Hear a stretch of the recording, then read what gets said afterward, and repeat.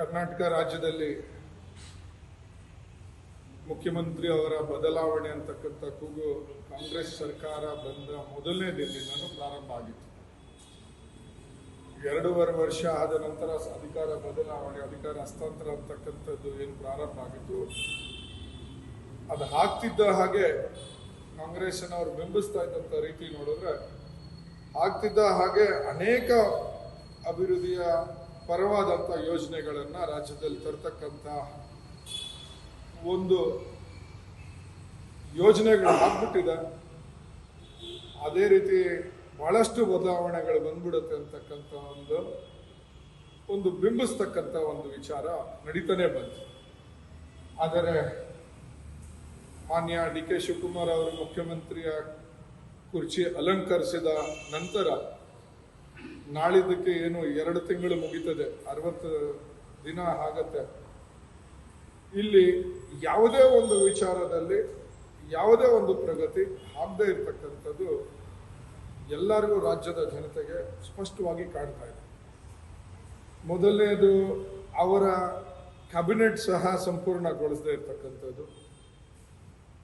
ಬೆಂಗಳೂರನ್ನ ನಾವು ಬಹಳಷ್ಟು ಏನು ಇವರು ಬಂದ ನಂತರನೂ ಅನೇಕ ಸುದ್ದಿಗೋಷ್ಠಿಗಳಲ್ಲಿ ಮಾತಾಡ್ತಕ್ಕಂಥದ್ದು, ನಾವು ಸುರಂಗ ರಸ್ತೆ ಮಾಡ್ತೀರಿ, ಟ್ರಾಫಿಕ್ ಕಡಿಮೆ ಮಾಡ್ತೀರಿ ಅಂತ. ಇವತ್ತಿನ ನ್ಯೂಸ್ ಪೇಪರಲ್ಲೂ ಸಹ ಆರ್ಟಿಕಲ್ ಇದೆ.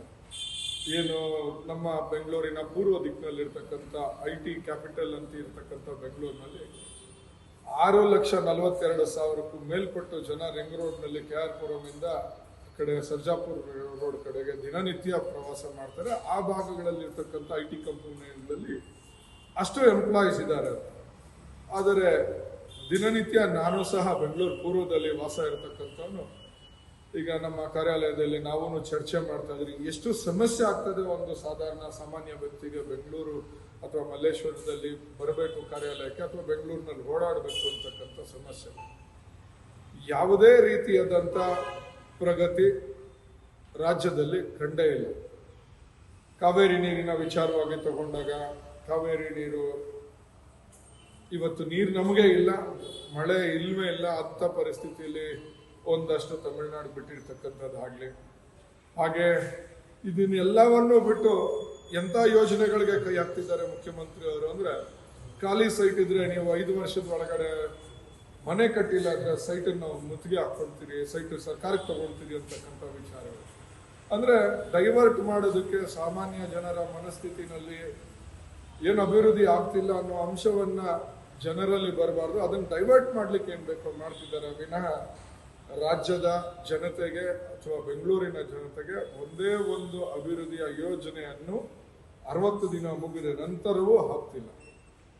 ಇನ್ನು ವರ್ಷದಲ್ಲಿ ಚುನಾವಣೆ ಹತ್ರ ಆಗತ್ತೆ, ಅಲ್ಲಿಗೆ ಮುಗ್ದೇ ಹೋಗುತ್ತೆ, ಗೊತ್ತಿಲ್ಲ. ಇವರು ಇನ್ನು ಬೇರೆ ಅಂಶಗಳು ಕೆಲವೊಂದು ನಾವು ಮಾತಾಡ್ಲಿಕ್ಕೆ ಹೋಗಲ್ಲ. ಆದರೆ ಆ ಅಂಶಗಳನ್ನ ನೋಡ್ತಾ ಇದ್ದಾಗ, ಅವ್ರು ಮಾತಾಡ್ತಕ್ಕಂಥ ವಿಚಾರಗಳು ಮತ್ತೆ ಅವ್ರ ಶೈಲಿ ನೋಡಿದಾಗ ಎಲ್ಲೋ ರಾಜ್ಯದಲ್ಲಿ ಬದಲಾವಣೆ ಬರುತ್ತೆ ಅನ್ನೋದು ಇದು ಕನಸಾಗೆ ಉಳಿತದೆ.